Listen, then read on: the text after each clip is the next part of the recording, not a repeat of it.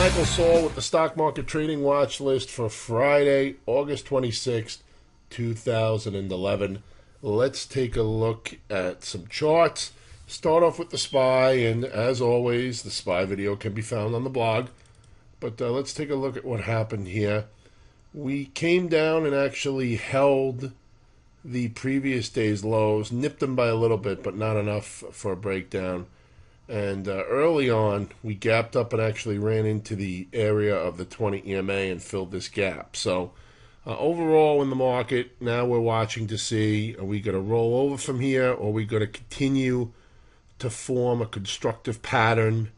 Maybe we go a little bit higher, maybe we go a lot a bit higher. And by a lot of bit, I don't think we're going to go to new highs, but above these highs here, maybe into these moving averages, which is still a lot of bit. I mean, the SPY is at 116.28. I mean, up to the 200 day would be a pretty big move, 10%, right? So, what's going to set up here over the next few days to few weeks? End of summer coming, Labor Day is here already. It's just amazing how fast this year is just flying by.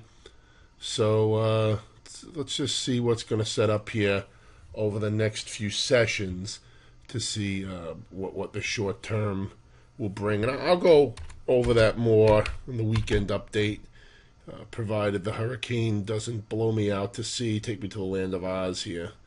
All right, so NASDAQ 100. I'm going to clear off everything. I'll put them back on over the weekend. Same kind of deal. Didn't quite get to the 20 EMA. Russell, same thing. Down 2.6% on Thursday. Okay. So, what kind of pattern is this possibly? I mean, is the flat kind of consolidation? Maybe it's going to stay range bound for a little bit. Maybe a W pattern. We have to see some upside there. Semiconductors. Yeah, it's not looking so hot. Banks got a boost thanks to Warren, his stake in Bank of America, but you could see into the 20 EMA. Even broke above it for a little bit, but couldn't hold. Okay. Brokers. Broker-dealer index, XBD, same thing. Came up. This time this one smacked the 20 EMA, didn't break it, then reversed. Continuing to look weak. OIH. Just not looking good here. More of a flag to me than anything. So see if this breaks down out of that or wants to continue stepping up into the 20 EMA. Look at gold. Got a nice reversal on Thursday. So the gap down and then the reversal. I mean, it's back into the body from Wednesday, but not big enough for me to call it a key reversal here. I think it's a hook reversal, though. We'll see. Volume was pretty light on GLD, at least. Okay, here's the commodity chart. You can see it was more of a hammer. Silver, good relative strength. Didn't break the low. SLV didn't break the low before it reversed, so showing a little bit better relative strength. Apple, story of the day on Thursday because of Jobs resigning Wednesday. And a pretty nice fade. Pretty nice fade, all right? So now it's in a pattern called a mini coil here. So this is actually, despite the range expansion that we've had the last couple of days, it's still in a potential coil here. So let's see which way it breaks. I mean, it closed back above all the moving averages here. And if we clean up these patterns, whoops, hold on one second. Let's, okay. See maybe something bigger setting up here. I'm going to move here. Yeah, I mean, if this could break, it could break out here. I mean, Apple could be, off to the retest races, but we'll see. I mean, volume was nice, obviously, 31 million shares, pretty good. but it's red candle because Apple still closed down on the session. All right, Google. Yeah, gave up the ghost here. I tried to rally, but pushed down. Amazon tagged the 20 EMA, reversed. Goldman tagged the 20 EMA and reversed. Bank of America.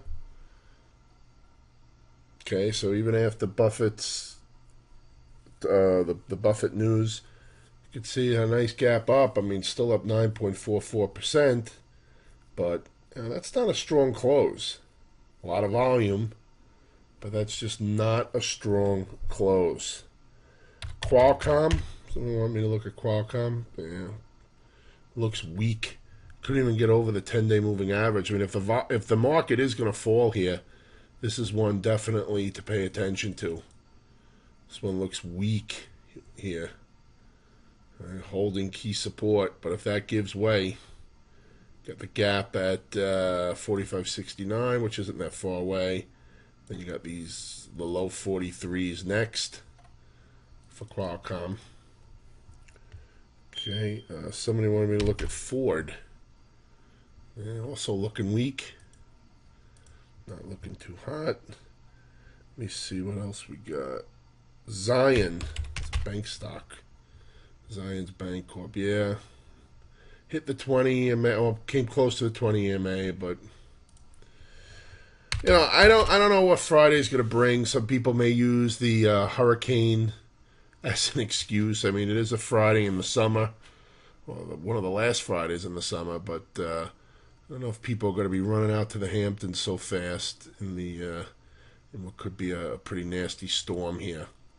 So I'm expecting volume to be light, but of course news rules. So if something sets up and lights a little fire under the traders' bottoms, we could see a little bit of volatility into the weekend. But I think next week is going to be more telling.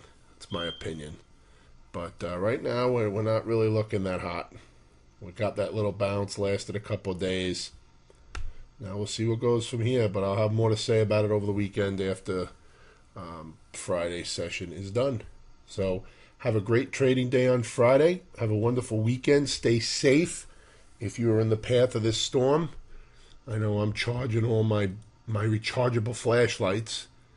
I don't believe in batteries. Just a waste of money, so I got all these nifty rechargeable and hand crank flashlights. Not that it's going to do any good, but at least if I want to read, I'll be able to. All right. Have a great, like I said, have a great trading day, and I'll talk to everybody again over the weekend.